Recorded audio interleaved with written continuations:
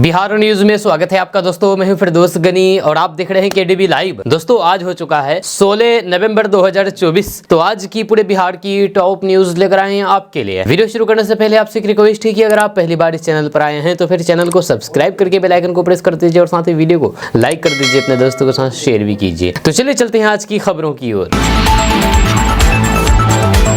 दोस्तों आज बिहार न्यूज की शुरुआत सबसे पहले करेंगे कि लोकसभा चुनाव के बाद फिर से एनडीए गठबंधन बनने के बाद बिहार का लगभग मानो भाग ही खुल गया हो। लगातार सौगात पर सौगात, सौगात पर सौगात दिए जा रहे हैं। जी आपको बता दूं कि प्रधानमंत्री नरेंद्र मोदी 3 दिन के अंदर 19,000 करोड़ रुपए का बिहार को सौगात दिया है। जी हाँ, बीते 13 नवंबर को यानी कि 3 दिन पहले ही प्रधानमंत्री मोदी ने दरभंगा एम्स का शिलान्यास करते समय 12,000 करोड़ से ज्यादा का परियोजनाओं का उद्घाटन और शिलान्यास किया था। वहीं पर कल जमुई से पीएम मोदी ने 6,640 करोड़ रुपए की कई विकास परियोजनाओं का उद्घाटन और शिलान्यास किया। जहां कल 15 नवंबर को पीएम मोदी बिहार में भगवान बिरसा मुंडा की 150वीं जयंती पर आयोजित जनजातीय गौरव दिवस समारोह में भाग लेने के लिए जमुई आए थे, बिहार के जमुई। इस दौरान उन्होंने मुंडा के सम्मान में एक स्मारक सिक्का और फिर डाक टिकट का अनावरण करने के साथ ही पीएम मोदी ने जनजातीय आदिवासी न्याय महाअभियान के तहत आदिवासी परिवारों के लिए बनाए गए 11,000 घरों की गृह प्रवेश में भी वर्चुअल माध्यम से भाग लिया और साथ ही साथ कई हजार करोड़ का सौगात दिया है।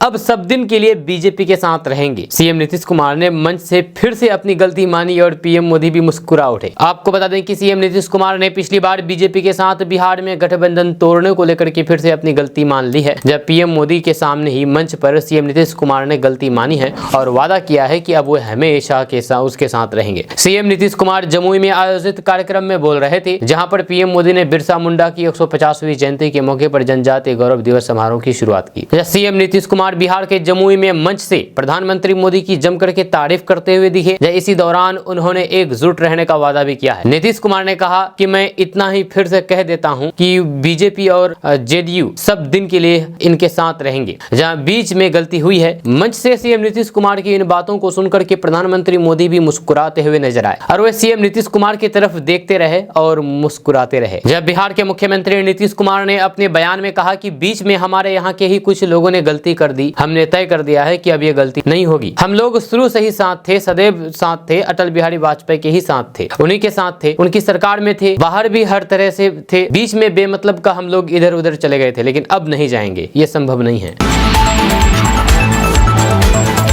बिहार में उपचुनाव समाप्त हो चुका है। अब उपचुनाव के बाद प्रशांत किशोर के घर पर हलचल मची हुई है। बिहार में 4 विधानसभा सीटों पर हुए उपचुनाव में जनसुराज पार्टी ने अपना 4 उम्मीदवार उतारा, लेकिन किसी सीट से चुनाव जीतने की संभावना तो नहीं दिख रहा है। लेकिन जनसुराज ने सभी सीटों पर लड़ाई को त्रिकोणात्मक जरूर बना दिया था। हर सीट पर किसी की हार तो किसी की जीत जनसुराज की वजह से होने जा रही है। बेलागंज में जनसुराज में आरजेडी के माय समीकरण को ध्वस्त कर दिया, तो फिर रामगढ़ में नीतीश कुमार के लव कुश समीकरण को बिगाड़ दिया है। प्रशांत किशोर अपनी पार्टी के अल्पकाल में इस परफॉर्मेंस को लेकर के उत्साहित हैं। जब चुनाव के बाद सभी दलों के नेता कार्यकर्ता आराम फरमा रहे हैं, लेकिन प्रशांत किशोर अभी भी अगले विधानसभा चुनाव की तैयारी में जुट गए हैं। जहां आज पटना में प्रशांत किशोर ने अपनी पार्टी और फिर अपनी कंपनी आईपैक के लोगों के साथ दिन भर बैठक की, जब उपचुनाव का फीडबैक लिया और फिर आगामी चुनाव की रणनीति पर चर्चा की।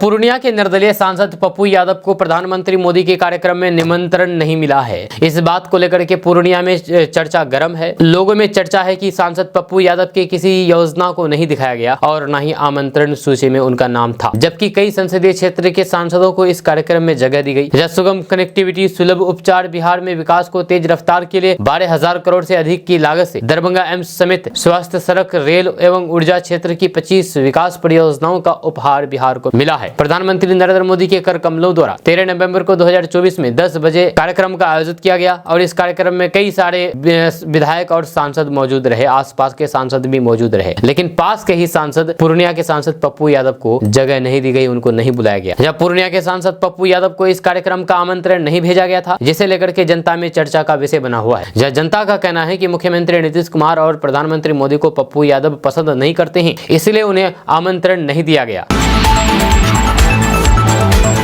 दोस्तों नीतीश कुमार का गजब का दिमाग सामने आया है। एक और नीतीश कुमार पीएम मोदी के पैर छू रहे हैं तो दूसरी ओर बीजेपी को धमकी दे डाली है। आपको बता दूं कि महाराष्ट्र और झारखंड के विधानसभा चुनाव में वेस्ट में बीजेपी के सामने बिहार में बड़ी परेशानी खड़ी हो गई है। बिहार में बीजेपी के साथ सरकार चला रही पार्टी जेडीयू ने उसके सामने बड़ी मांग कर दी है। बताया जा रहा है कि जेडीयू 2025 के चुनाव में ज्यादा सीटों पर चुनाव लड़ना चाहती है। जानकारी के मुताबिक बिहार के मुख्यमंत्री नीतीश कुमार की पार्टी जेडीयू इस बार 2025 विधानसभा सीटों पर चुनाव लड़ना चाहती है, जब पार्टी ने इसके लिए तैयारियां भी शुरू कर दी है। आपको बता दूं कि पिछली बार यानी कि 2020 के विधानसभा चुनाव में जेडीयू ने बिहार की 243 सीटों में से 115 पर अपना उम्मीदवार उतारा था। वहीं पर बीजेपी 110 सीटों पर चुनाव लड़ी थी। लेकिन 2025 के बिहार विधानसभा चुनाव में इस बार तगड़ा मोल भाव करने के मोड में है और बीजेपी से ज्यादा सीटों पर चुनाव लड़ने के मोड में है।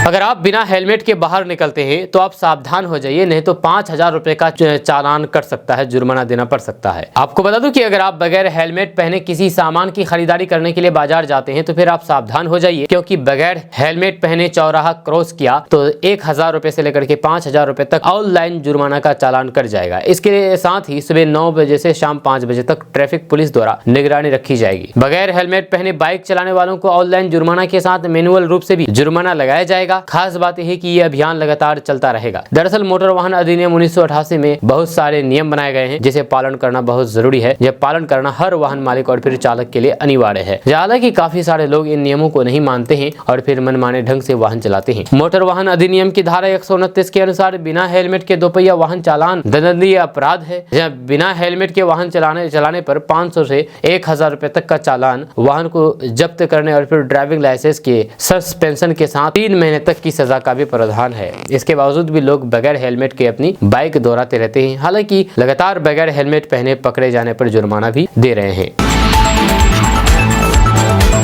दोस्तों उत्तर प्रदेश के मुख्यमंत्री योगी आदित्यनाथ एक बयान दिया था कि कटोगे तो बटोगे। अब इसको लेकर के बिहार में राजनीति तेज हो चुकी है। लगातार नेता इस पर प्रतिक्रिया दे रहे हैं। इस बयान को कोई सही ठहरा रहे हैं तो कोई गलत ठहरा रहे हैं। वहीं पर अब बीजेपी की ही साथ सरकार में है उपेंद्र कुशवाहा की पार्टी इसके खिलाफ बोल दिया है। जहाँ आपको बता दूं कि उपेंद्र कुशवाहा खुद बटोगे तो कटोगे के नारे से अलग थलग हो गए हैं। जहाँ बटोगे तो कटोगे के नारे से उपेंद्र कुशवाहा किनारा कर लिया है। दरअसल एक सभा को संबोधित करते हुए उपेंद्र कुशवाहा ने अपने ही सहयोगी दल बीजेपी के कुछ नेताओं के बयान पर आपत्ति जताई है। उन्होंने कहा है कि बटोगे तो कटोगे जैसे बयान किसी की निजी बयान हो सकते हैं, लेकिन ये ऐसे बयानों से सहमत नहीं है। उपेंद्र कुशवाहा ने कहा है कि ऐसे बयानों से कोई कैसे सहमत हो सकता है। कोई बड़े नेता ऐसे बयान देते हैं, इसका क्या संदर्भ है ये वही बता सकते हैं। उपेंद्र कुशवाहा ने बुलडोजर एक्शन पर सुप्रीम कोर्ट के फैसले का स्वागत किया है। उन्होंने कहा है कि कोई भी अपराधी है और फिर उसकी सजा कोर्ट तय करेगा, ना कि कोई अन्य एजेंसी। अपराधी को आप सजा दे सकते हैं, ना कि उसके परिवार को। अगर कोर्ट के अलावा अन्य एजेंसी सजा तय करती है तो फिर वह नैसर्गिक न्याय के विरुद्ध है। बुलडोजर एक्शन भी नैसर्गिक न्याय के विरुद्ध था। वहीं पर बिहार की 4 विधानसभा सीटों पर हुए उपचुनाव पर उपेंद्र कुशवाहा ने कहा है कि बिहार की 4 सीट पर एनडीए भारी मतों से जीत दर्ज करेगी। इसके साथ ही झारखंड में भी एनडीए की सरकार बनेगी। दोस्तों नीतीश सरकार ने एक बहुत बड़ा फैसला ले लिया है। अब 50 साल से ऊपर के सरकारी कर्मियों को रिटायर कर दिया जाएगा। जी हां, बिहार के मुख्यमंत्री नीतीश कुमार की अध्यक्षता में हुई कैबिनेट की बैठक में कई अहम फैसले लिए गए हैं, जिनमें सबसे बड़ा निर्णय 50 साल से अधिक आयु वाले सरकारी कर्मचारियों को लेकर के था। जब मुख्यमंत्री नीतीश कुमार ने अधिकारियों और फिर कर्मचारियों के कार्य प्रदर्शन का मूल्यांकन करने के बाद योग्य नहीं पाए गए कर्मियों को रिटायर करने की प्रक्रिया शुरू कर दी है।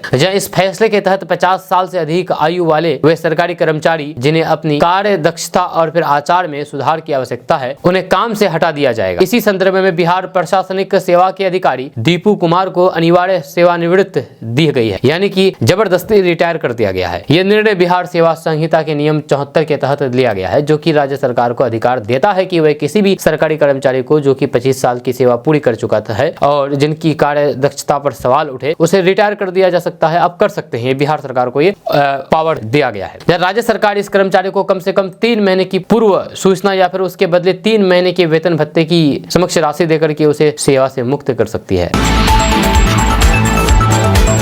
बटोगे तो कटोगे, बीजेपी ने ये नारा दिया। अब इस नारे को लेकर के सभी दल, सभी लोग, सभी नेता प्रतिक्रिया दे रहे हैं। इसी बीच अब आरजेडी ने बटोगे तो कटोगे के नारे के बदले अपना अलग नारा सेट कर दिया है। आरजेडी ने बटोगे तो कटोगे नारे के बदले बीजेपी से सटोगे तो कटोगे नारा दे दिया है। आरजेडी ने यह नारा दिया है कि अगर बीजेपी से सटोगे तो कटोगे। वहीं पर बीजेपी नारा दिया था कि कटोगे बटोगे तो कटोगे। जी आपको बता दूं कि बिहार में भले ही विधानसभा चुनाव साल 2025 में होने वाले हैं, लेकिन अभी से ही यहाँ की सियासी पिच तैयार हो रही है। हाल ही में बिहार की 4 विधानसभा सीटों पर उपचुनाव संपन्न हुआ है, जिसके नतीजे 23 तारीख को सामने आएंगे। जब बिहार में चल रहे पक्ष और फिर विपक्ष के बीच सियासी बयानबाजी के बीच आरजेडी ने पोस्टर नया वार छेड़ दिया है। बीजेपी के बटोगे तो कटोगे के नारे पर आरजेडी ने पलटवार कर दिया है। जब पटना की सड़कों पर आरजेडी ने कई पोस्टर लगाए हैं। पोस्टर में भाजपा से सटोगे तो कटोगे का नारा दे दिया है। जी हाँ, यानी कि आरजेडी ने इस पोस्टर में लिखा है कि भाजपा से अगर सटोगे तो कटोगे। दरअसल पटना की सड़कों पर आरजेडी की ओर से लगाए गए पोस्टरों में बीजेपी पर जमकर के हमला बोला गया है। जब सड़क किनारे लगे पोस्टरों में बीजेपी पर अपने सहयोगियों और फिर जनता को धोखा देने का आरोप लगाया गया है। पोस्टर में नारा दिया गया है कि भाजपा से सटोगे तो कटोगे। इसके साथ 2014 से अब तक की गई घटनाओं का जिक्र भी पोस्टर में किया गया है। आपका इसके बारे में क्या कहना है, नीचे कमेंट बॉक्स में कमेंट करके जरूर बताइए। आप ये भी बताइए कि बीजेपी की जो कटोगे तो बटोगे का नारा है, ये सही है या गलत। आप कमेंट बॉक्स में अपना राय जरूर दे सकते हैं, क्योंकि सभी का राय अलग अलग हो सकता है। तो आपका भी अपना राय हो सकता है कि आप इसके बारे में कितना सहमत हैं, सही मानते हैं या गलत। बीजेपी के बटोगे तो कटोगे के नारे को आप सही मानते हैं या गलत, नीचे कमेंट बॉक्स में कमेंट करके जरूर बताइएगा। दोस्तों पप्पू यादव को लगातार धमकी पर धमकी मिल रहे हैं, लेकिन अब इसको लेकर के बहुत बड़ी खबर सामने आई है कि पप्पू यादव को धमकी देने वाला मामला फर्जी निकला है। जी हां, आपको बता दूं कि बिहार के पूर्णिया से सांसद पप्पू यादव के निवास अर्जुन भवन को उड़ाने के मामले में पुलिस ने बड़ा खुलासा किया है। जब पूर्णिया पुलिस ने धमकी भरा लेटर भेजने वालों से पूछताछ की है, जिसमें ये लेटर फर्जी निकला है। पुलिस का कहना है कि सुपौल निवासी कुंदन कुमार को फंसाने के लिए उसके नाम से ये धमकी भरा लेटर सांसद पप्पू यादव को भेजा गया। जब लेटर भेजने वाला इतना शातिर था कि उसने नाम और फिर पत्र को कंप्यूटर से प्रिंट करवा करके लिफाफे में चिपकाया था। साथ ही पत्र भी कंप्यूटर से टाइप किया गया ताकि हैंड राइटिंग से पहचान न हो सके। जब पूर्णिया के एसपी बताया है कि पप्पू यादव को जितनी भी धमकियां मिली है उन्हें पुलिस गंभीरता से ले रही है। यह साथ ही मामले की जांच के लिए अलग अलग टीमें बनाई गई है। उन्होंने बताया है कि कुरियर द्वारा अर्जुन भवन को उड़ाने का मामला फर्जी पाया गया है और फिर किसी ने युवक के नाम का गलत इस्तेमाल किया है। हालांकि पत्र किसने भेजा है इसकी जांच जारी है। आपको बता दूं कि पप्पू यादव को धमकी देने के मामले में अब तक कुल 6 मामले दर्ज किए जा चुके हैं, यानी कि 6 बार पप्पू यादव को धमकी दिया जा चुका है। बिहार के सिवान में फिर से जहरीली शराब कांड हुआ है, जिसमें से कई लोगों की तबीयत खराब हो चुकी है और कई लोगों की जान चली गई है। जब बिहार के सिवान जिले में एक बार फिर से जहरीली शराब कांड जैसा मामला सामने आया है। दरअसल सिवान के लकड़ी नवीगंज थाना क्षेत्र इलाके में संदिग्ध परिस्थिति में 5 लोगों की तबीयत बिगड़ गई। बताया जा रहा है कि कुछ लोगों को देखने में दिक्कतें हो रही है, आंखों की रोशनियां जा रही है। जब वहीं पर लोगों की तबीयत बिगड़ने पर बीमार लोगों को लकड़ी नवीनगंज स्वास्थ्य केंद्र से सदर अस्पताल रेफर कर दिया गया है। वहीं पर इस बीच जानकारी मिल रही है कि बीमार 5 लोगों में से एक व्यक्ति अब इस दुनिया में नहीं रहे। वहीं पर लोगों की तबीयत बिगड़ने के बाद स्वास्थ्य विभाग अलर्ट हो गया है। वहीं पर एक साथ ने लोगों की तबीयत बिगड़ने से स्वास्थ्य महकमे में हरकत मच गया है। यहाँ स्थानीय लोग जहरीली शराब से तबीयत बिगड़ने की बात कह रहे हैं, लेकिन पुलिस और प्रशासन के लोग अभी जहरीली शराब से लोगों की जान जाने की पुष्टि की स्वीकार नहीं कर रहे हैं। ये पूरा मामला सिवान के लकड़ी नवीनगंज थाना क्षेत्र के नवीनगंज का है।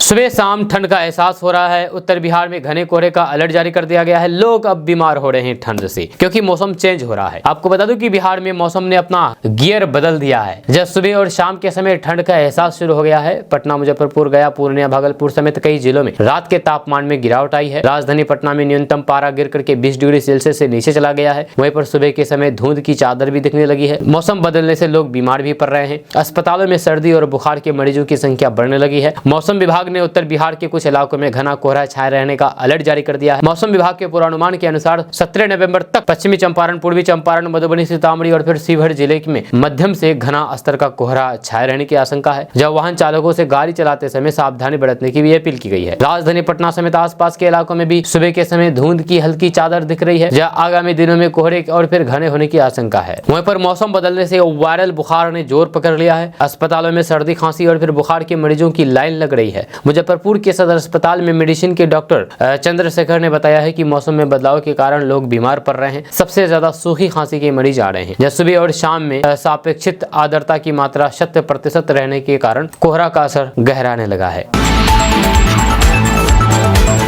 दोस्तों बिहार में 11 जिलों में लोगों के लिए अच्छी खबर सामने आ रही है, जहां मोकामा और फिर बेगूसराय के बीच गंगा नदी पर बन रहा एशिया का सबसे चौड़ा 6 लेन केबल ब्रिज लगभग बनकर के तैयार हो चुका है। ये पुल बिहार की कनेक्टिविटी के स्ट्रक्चर में एक नया आयाम देगा और फिर आने वाले वर्षों में बिहार के आर्थिक और फिर सामाजिक विकास में अहम भूमिका निभाएगा। जी हां, जानकारी के मुताबिक 34 मीटर चौड़े इस ब्रिज की लंबाई कुल 8 किलोमीटर है, 8 किलोमीटर से भी ज्यादा है और फिर इसकी लागत 1161 करोड़ रुपए है। ये पुल न सिर्फ बिहार के 11 जिलों के लोगों के लिए मील का पत्थर साबित होगी, बल्कि बिजनेस और फिर इंडस्ट्रीज के लिए भी एक नई दिशा प्रदान करेगी। मोकामा और फिर बेगूसराय के इंडस्ट्रीज को आसानी से अन्य राज्यों से जोड़ने का अवसर मिलेगा, जिससे ट्रांसपोर्टेशन में भी बहुत ज्यादा फायदा होगा और फिर रोजगार के अवसर बढ़ेंगे। ये पुल उत्तर बिहार के दरभंगा, सहरसा, समस्तीपुर, मधुबनी, दक्षिण बिहार के लखीसराय, शेखपुरा, नवादा, जमुई, गया और पश्चिमी बिहार के पटना, आरा और फिर बक्सर के बीच की दूरी कम करेगा, जिससे ट्रेवलिंग का समय कम होगा और ट्रेवलर्स आसानी से अपने डेस्टिनेशन तक पहुंच सकेंगे।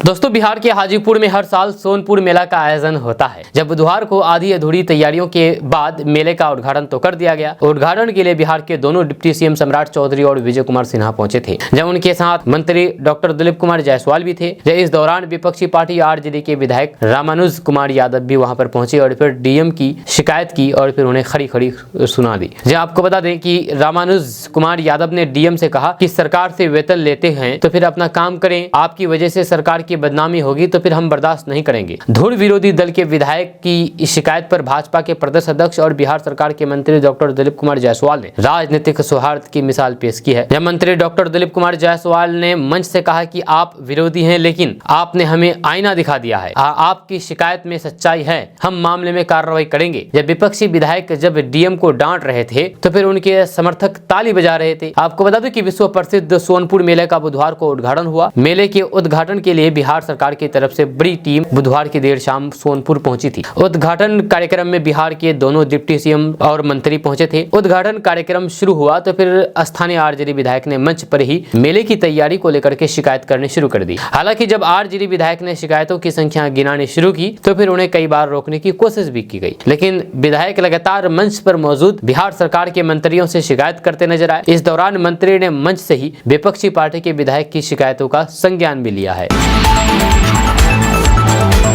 दोस्तों बिहार में फिर से अधिकारी और मंत्री के बीच में खटपटाहट का मामला सामने आया है। जी हाँ, मंत्री और अधिकारी के बीच में। आपको बता दें कि बिहार की राजनीति में एक बार फिर से सफेद पोश और फिर लाल फीताशाही के बीच नाराजगी देखने को मिल रही है। बिहार सरकार के अंतर्गत आने वाले एक विभाग के मंत्री पिछले कई दिनों से गायब हैं। ऐसी चर्चा है कि इनका विभाग के अंदर मौजूद लोगों से बन नहीं रहा है। इस वजह से मंत्री जी ने राजधानी में रहना ही उचित नहीं समझ रहा है। ये तमाम बातें हम खुद से नहीं कह रहे हैं, बल्कि कई बार अखबारों ने इसको लेकर के एक खबर भी प्रकाशित की है। जब पटना से प्रकाशित एक अखबार ने ये लिखा है कि समाज कल्याण विभाग के मंत्री मदन सहनी पिछले कई दिनों से राजधानी पटना से गायब हैं और फिर उनके पटना में नहीं रहने की वजह से ये है कि मंत्री जी के पास पिछले 2 महीने से कोई भी विभागीय कागज अनुमोदन के लिए जा नहीं रहा है। ये दैनिक अखबार ने यह भी कहा है कि मंत्री मदन सहनी से उनसे कहा कि मुझे 2 महीने से विभागीय फाइल अनुमोदन के नहीं मिल रहा है, लिहाजा विभाग के सभी काम ठप पड़े हुए हैं। तो फिर ऐसे में मैं पटना में रह करके क्या करता। जब मंत्री मदन सहनी ने यह भी बताया है कि उनके विभाग की जो अपर मुख्य सचिव है उनके साथ काम करना काफी मुश्किल है। इसके पीछे की वजह यह है कि उनके विभाग के अपर मुख्य सचिव उनके कोई भी बात नहीं सुन रहे हैं। या इतना ही नहीं, ये विभाग के निदेशक या फिर अफसर से बात नहीं करती है। अब हर समय विभाग में बहस तो नहीं किया जा सकता है, इसलिए हमने दरभंगा में ही रह करके रहना उचित समझा है। जानकारी के लिए आपको बता दूं कि 3 साल पहले भी समाज कल्याण विभाग के मंत्री मदन सहनी ने अपने सचिव से जानकारी के लिए आपको ये भी बता दूं कि 3 साल पहले भी समाज कल्याण मंत्री मदन सहनी ने अपने सचिव से 2-4 होने की बात कही है, जहां मामला अधिकारियों का ट्रांसफर पोस्टिंग से जुड़ा हुआ था। मंत्री ट्रांसफर करना चाहते थे, लेकिन विभागीय सचिव ने नियम विरुद्ध बता करके फाइल को रोक दिया था। इसके बाद मदन सहनी ने काफी बवाल मचाया था और फिर इस्तीफे की घोषणा कर दी थी। बाद में मुख्यमंत्री नीतीश कुमार ने हस्तक्षेप किया था, साथ ही मंत्री और फिर अपर मुख्य सचिव को अपने आवास बुलाया था। दोस्तों आपके मोबाइल स्क्रीन पर जो तस्वीर दिख रही है ये बिहार की महिला सांसद है। इसने ऐसा कमाल कर दिया है जो आज तक शायद बहुत कम सांसद ने किया होगा। आपको बता दूं कि बिहार की युवा सांसद संभावित चौधरी ने गुरुवार को बड़ा ऐलान कर दिया है। उन्होंने घोषणा की है कि वे अपने संसदीय क्षेत्र समस्तीपुर में लड़कियों की पढ़ाई को बढ़ावा देने के लिए पूरे 5 साल के कार्यक्रम का वेतन दान करेगी। संभावित चौधरी के इस कदम की सब तारीफ कर रहे हैं। संभावित चौधरी लोकसभा के दौरान प्रधानमंत्री मोदी के सबसे युवा एनडीए उम्मीदवार के रूप में लोकप्रिय हो चुकी है। जी हां, संभावित चौधरी ने कहा है कि वे अपने 5 साल के वेतन का इस्तेमाल पड़ेगा समस्तीपुर तो बढ़ेगा समस्तीपुर नाम के अभियान के लिए करेगी। संभावित चौधरी रामविलास लोजपा के समस्तीपुर से सांसद हैं। उन्होंने समस्तीपुर के स्थापना दिवस पर कहा कि मैं सिर्फ सांसद ही नहीं बल्कि बेटी भी हूँ। इस नाते मेरा कर्तव्य है कि यहाँ की बेटियों को मदद मिले। आपको बता दूं कि संभावित चौधरी बिहार के मुख्यमंत्री नीतीश कुमार की मंत्री अशोक चौधरी की बेटी हैं। वे पूर्व आईपीएस कुणाल किशोर की बहू है। संभावित चौधरी पहली बार लोकसभा पहुंची है। वे दिल्ली यूनिवर्सिटी की लेडी श्रीराम कॉलेज और फिर दिल्ली स्कूल ऑफ इकोनॉमिक्स में पढ़ाई कर रखी है। इसके अलावा उन्होंने एमटी यूनिवर्सिटी से समाज शास्त्र में पीएचडी भी कर रखी है। दोस्तों उत्तर बिहार को नीतीश सरकार ने बड़ी सौगात दी है। मुजफ्फरपुर में बागमती पर 815 करोड़ रुपए से नया पुल बनाया जाएगा। आपको बता दूं कि हर साल बाढ़ से तबाही झेल रहे उत्तर बिहार को नीतीश सरकार ने बड़ी सौगात दी है। औराई में बागमती नदी पर 3 किलोमीटर से भी ज्यादा लंबा नया उच्च स्तरीय पुल बनेगा। ये पुल हथौड़ी अतरार बवनगामा औराई स्टेट हाईवे का हिस्सा होगा। स्टेट हाईवे 21 किलोमीटर लंबा होगा। इस पथ पर अन्य पुल पुलियों का भी निर्माण किया जाएगा। इसके निर्माण से एशियन डेवलपमेंट बैंक ऋण देगा। जब BSRCD अगले वर्ष इसका निर्माण करेगा। ये राष्ट्रीय उच्च पथ 57 के गरहा से शुरू होकर के औराई के पास समाप्त होगी। दोस्तों आम आदमी के रसोई का बजट बिगड़ चुका है। टमाटर और फिर प्याज के बाद अब एक महीने में खाद्य तेल के दाम 8% बढ़ गए हैं। आपको बता दूं कि प्याज टमाटर और लहसुन के बाद खाने के तेल ने भी आम आदमी की रसोई का बजट बिगाड़ दिया है। एक महीने में खाद्य तेल यानी कि खाने वाले तेल के दाम 8% तक बढ़ा दिए हैं। ऐसे में लोगों को और ज्यादा बजट मासिक राशन के लिए बनाना पड़ रहा है। सब्जियां तो पहले से ही महंगी है। खाद्य महंगाई की वजह से खुदरा महंगाई अक्टूबर में 14 महीने के उच्च स्तर पर पहुंच गई है। उपभोक्ता मामले के मंत्रालय के आंकड़े के अनुसार मूंगफली तेल का दाम 14 अक्टूबर को 193 रुपए 53 पैसे लीटर था। बृहस्पतिवार को ये 1% बढ़कर के 195 रुपए 59 पैसे प्रति लीटर हो गया। सरसों तेल 2.5% महंगा हो गया है। वहाँ पर सोया तेल का दाम 5% महंगा होकर के 41 रुपए लीटर हो गया है। सूरजमुखी तेल भी 5% बढ़ गया है। जब पाम तेल सबसे ज्यादा 8% बढ़ गया है। वहाँ पर प्याज के दाम इस महीने भी ऊंचे बने रहेंगे। ICICI बैंक की एक रिपोर्ट के अनुसार नवंबर में सब्जियों के दाम 4% तक घट सकते हैं, लेकिन प्याज की कीमतें ऊंची रहने वाली है। जब सब्जियों के दाम 57 माह के शीर्ष पर नवंबर में सब्जियों के दाम में घटने के बावजूद भी वार्षिक आधार पर कीमतें अभी भी ऊंची है। अक्टूबर में इनके दाम 42% बढ़ करके 57 महीने के शीर्ष पर चले गए हैं। दोस्तों क्या आपको पता है कि बढ़ा हुआ शुगर आपकी आंखों की रोशनी छीन सकता है। इस बीमारी से कई सारे खतरे रहते हैं। जी हाँ, आंखों की रोशनी छीन सकता है। जब बढ़ा हुआ शुगर आंखों की रोशनी छीन सकता है, ये खुलासा हुआ है। आपको बता दो कि डायबिटीज जिसे मधुमेह भी कहते हैं, ये बीमारी हमारी खराब जीवन शैली के प्रभाव से होती है। भारत को तो डायबिटीज कैपिटल माना गया है। यहाँ सबसे ज्यादा मधुमेह के रोगी रहते हैं। टाइप 2 डायबिटीज शुगर का गंभीर प्रकार है। इस टाइप में शुगर सामान्य से अधिक हो जाते हैं, जिसके बाद शरीर के अन्य अंग भी प्रभावित होने लगते हैं। बढ़े हुए शुगर लेवल से आंखों की एक बीमारी जिसे डायबिटिक रेटिनोपैथी कहते हैं, इसका रिस्क बढ़ता है। हेल्थ एक्सपर्ट की माने तो इस बीमारी में लोगों को देखने में भी समस्या हो सकती है। डायबिटिक रेटिनोपैथी आंखों की रोशनी से संबंधित ऐसी बीमारी है जो शुगर पेशेंट को होती है। खास तौर पर टाइप 2 के मरीज इससे ज्यादा प्रभावित होते हैं। ये उन लोगों को भी प्रभावित करता है जो शुगर होने के बावजूद में स्मोकिंग और फिर शराब का सेवन करते हैं। डायबिटिक रेटिनोपैथी में ब्लड वेसल्स का नुकसान होता है, जो कि आंख की रेटिना यानी कि आंख की भीतरी परत में खून की आपूर्ति करता है। समय के साथ साथ ये बीमारी आंखों की दृष्टि को प्रभावित कर सकती है और यदि समय पर इसका इलाज ना किया जाए तो फिर अंधेपन का भी कारण बन सकती है। अब सवाल है कि अगर डायबिटिक रेटिनोपैथी अगर इसकी बीमारी होती है तो इसका लक्षण क्या है। तो डायबिटिक रेटिनोपैथी का लक्षण आंखों में धुंधलापन होना, कम दिखाई देना, लगातार सिर दर्द होना, चक्कर आना, आंखों के सामने काले धब्बे या फिर तैरते हुए कुछ दिखाई देना, ये इसका लक्षण है।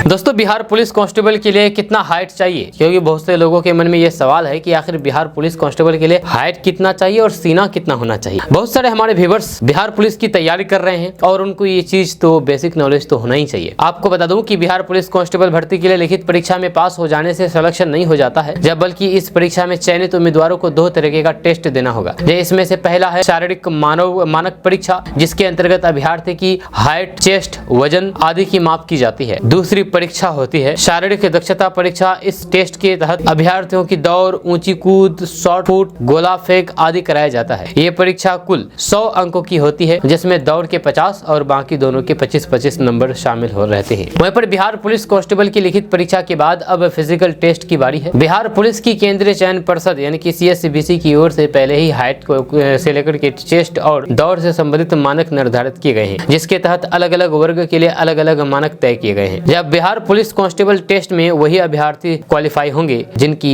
हाइट मानक के अनुरूप होगी। आइए आपको हाइट के बारे में बताते हैं कि हाइट कितना चाहिए। तो आपको बता दूं कि सामान्य और फिर पिछड़ा वर्ग के पुरुष न्यूनतम लंबाई 165 सेंटीमीटर, वहीं पर अत्यंत पिछड़ा वर्ग, अनुसूचित जाति और फिर जनजाति वर्ग के पुरुष न्यूनतम हाइट 160 सेंटीमीटर होना चाहिए। वहीं पर EBC श्रेणी के उम्मीदवार न्यूनतम हाइट 162 सेंटीमीटर, वहीं पर सभी वर्ग की महिलाएं उम्मीदवार की न्यूनतम हाइट 155 सेंटीमीटर होनी चाहिए। अब सवाल है कि आखिर सीना इसमें कितना चाहिए, यानी कि सीने की चौड़ाई कितना चाहिए। तो आपको बता दो कि सामान्य OBC EBC वर्ग के पुरुष के लिए बिना फुलाए 81 सेंटीमीटर, वहीं पर फुलाने के बाद 86 सेंटीमीटर होनी चाहिए। वहीं पर SC ST वर्ग के पुरुष बिना फुलाए 79 सेंटीमीटर, फुलाने के बाद 84 सेंटीमीटर होनी चाहिए। अब सवाल है कि पुरुषों को कितनी दौड़ लगानी होगी। तो आपको बता दो कि पुरुष अभ्यर्थियों को 6 मिनट में 1 मील यानी कि 1.6 किलोमीटर दौड़ पूरी करनी होगी। इसमें भी ये मानक तय किया गया है कि किसी अयोग्य घोषित किया जाएगा और फिर कितने मिनट की दौड़ में उसे कितने नंबर मिलेंगे। अब महिलाओं की दौड़ के बारे में अगर बात किया जाए तो महिला अभ्यर्थी को 4 मिनट में कम से कम 1 किलोमीटर दौड़ पूरी करनी होगी। दोस्तों, बिहार में धड़ल्ले से धर्म परिवर्तन का खेल चल रहा है। धड़ल्ले से ये खेल चल रहा है, जहाँ आपको बता दूं कि ज्यादातर हिंदू लोगों को ये निशाना बनाया जा रहा है धर्म परिवर्तन खेल का, और ये निशाना ईसाइयों द्वारा बनाया जा रहा है, पादरियों द्वारा बनाया जा रहा है। आपको बता दूं कि हिंदू महिलाओं की मांग के सिंदूर मिटा करके क्रॉस बनाने का आरोप 3 पादरी पर लगा है, जिसमें से हिरासत में लिया गया है। आपको बता दूं कि बक्सर के बलिहार पंचायत के अंतर्गत बरका गाँव नगपुर गंगा घाट से गुरुवार की शाम मंत्रांतरण करा रहे 3 पदाधिकारियों को पुलिस ने हिरासत में लिया है। जहां ग्रामीणों से मिली सूचना के बाद गंगा घाट पर मौजूद तीनों पादरियों को हिरासत में लेकर के पुलिस पूछताछ कर रही है। जब पकड़े गए लोगों में सामूहेल, राजू मसीह, रवि रंजन राम का नाम शामिल है। जहाँ सामूहेल तमिलनाडु का निवासी बताया जाता है। इस मामले में गिरिराज सिंह ने नाराजगी भी जताई है। उन्होंने पादरियों को कड़ी से कड़ी सजा देने की मांग की है। ग्रामीणों का कहना है कि अचानक गंगा घाट पर काफी भीड़ देख करके जब लोग पहुंचे तो फिर वहां पर मौजूद 3 पुरुष लगभग 60 से अधिक महिलाओं और फिर पुरुषों को झाड़ फूंक के माध्यम से बीमारी ठीक करने का झांसा देकर के गंगा में स्नान करा रहे थे। इस दौरान तमिलनाडु से आए पादरी महिलाओं की मांग के सिंदूर धोकर के ललाट पर क्रॉस का निशान बना रहा था। तब मौके पर मौजूद ग्रामीणों को यह समझने में देरी नहीं लगी कि हिंदू महिलाओं को बहला फुसला करके क्रिश्चियन धर्म कबूल कराया जा रहा है। इसके बाद ग्रामीणों ने तत्काल इसकी जानकारी पुलिस को दी। जब सूचना मिलते ही थाना अध्यक्ष कमलयन पांडे समेत पुलिस दल गंगा घाट पहुंची। जब पुलिस को देखते ही मंत्रांतरण करा रहे तीनों पादरियों ने भागने का प्रयास किया, पर पुलिस ने उन्हें धर दबोचा। जहाँ थानाध्यक्ष ने बताया है कि धर्म परिवर्तन कराए जाने की सूचना पर गंगा घाट से 3 लोगों को हिरासत में लेकर के पूछताछ की जा रही है। वहाँ पर ग्रामीणों का कहना है कि हिंदू महिलाओं की मांग में जिस सिंदूर का धर्म हिंदू में काफी महत्वपूर्ण है, उसे झाड़ फूंक के जरिए चमत्कार का झांसा देकर के उसे मिटाने का साजिश रची जा रही थी। क्रिश्चियन धर्म का प्रभुत्व बढ़ाने वाले संगठित गिरोह के सदस्यों द्वारा बपतिस्मा देने के नाम पर महिलाओं की मांग का सिंदूर मिटाया जा रहा था। गिरोह के सदस्यों द्वारा महिलाओं से कहा गया है कि आज से आपका नव जीवन हुआ है, यानी कि नया जीवन हुआ है।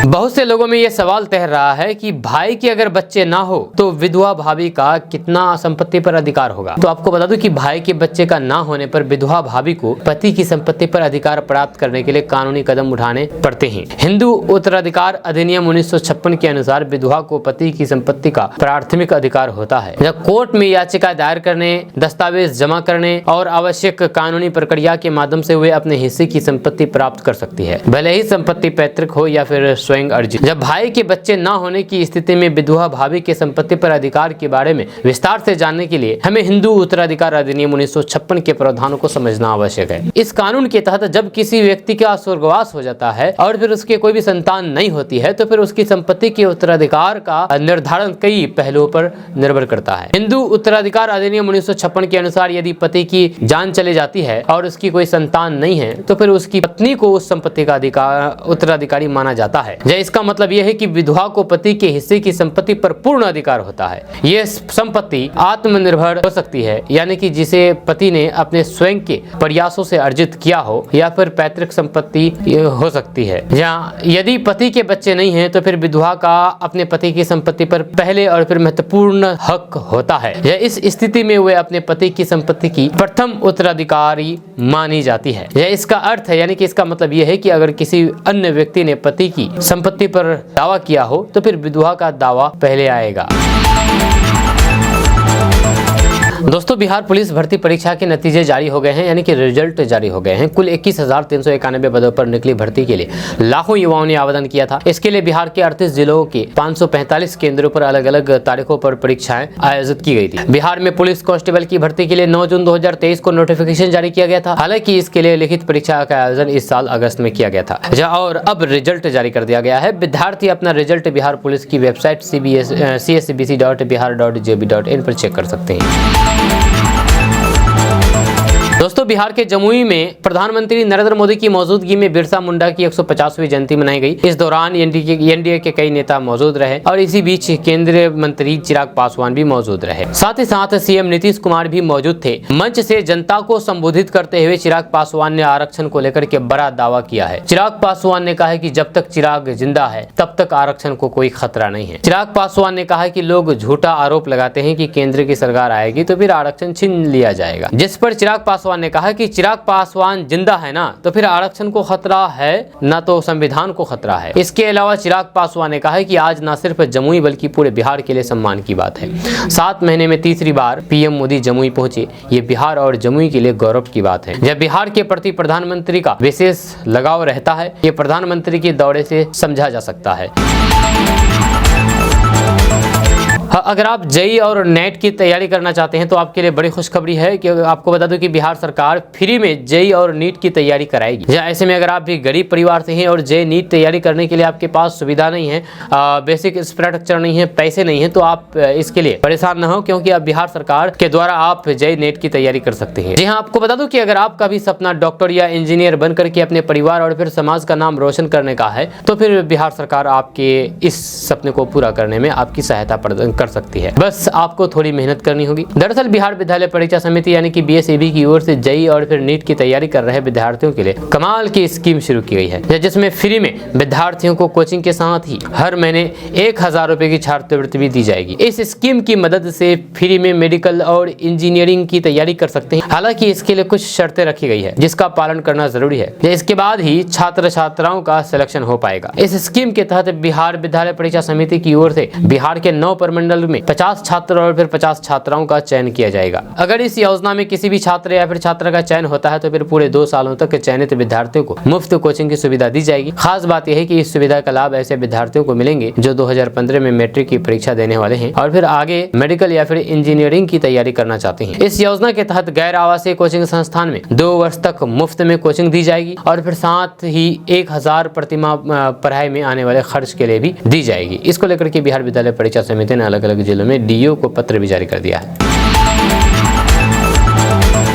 बिहार के सीएम की कुर्सी किसी की बपोती नहीं है। 2025 चुनाव को लेकर के पुष्पम प्रिया चौधरी का ये बयान सामने आया है। आज जैसे कि आपको पता होगा कि पुष्पम प्रिया चौधरी एक बार 2020 विधानसभा चुनाव में आकर के पूरे बिहार में खलबली मचा दी थी। तब से बिहार विधानसभा चुनाव खत्म होने के बाद पुष्पम प्रिया चौधरी भी गायब हो गई थी, लेकिन अब फिर से वापस लौट आई है। जहाँ उन्होंने ऐसा बयान दिया है, अब फिर से सुर्खियों में आ गई है। उन्होंने कहा है कि बिहार की सीएम की कुर्सी किसी की बपोती नहीं है। आपको बता दूं कि बिहार के बोधगया में शुक्रवार को पहुंची द पीपल्स पार्टी की राष्ट्रीय राष्ट्रीय अध्यक्ष पुष्पम प्रिया चौधरी ने कहा कि वह 2025 के चुनाव की तैयारी कर रही है, इसलिए उपचुनाव में चुनाव नहीं लड़ी। उन्होंने कहा है कि इस बार 2025 के चुनाव में बिहार की सभी सीटों पर लड़ेंगे। सीएम की कुर्सी किसी की बपोती नहीं है, बदलाव लाना पड़ेगा। पुष्पम प्रिया चौधरी ने कहा है कि बिहार के चुनाव के वक्त यहाँ पर पावर पॉलिटिक्स और फिर तमाशा होता है। सीएम के पद के लिए हर एक नागरिक को अधिकार है। सीएम की कुर्सी किसी की बपोती नहीं है। आज बदलाव लाने की बात हो रही है, इसीलिए यात्रा की शुरुआत की है। बिहार का कोई भी पद किसी की बपोती नहीं है।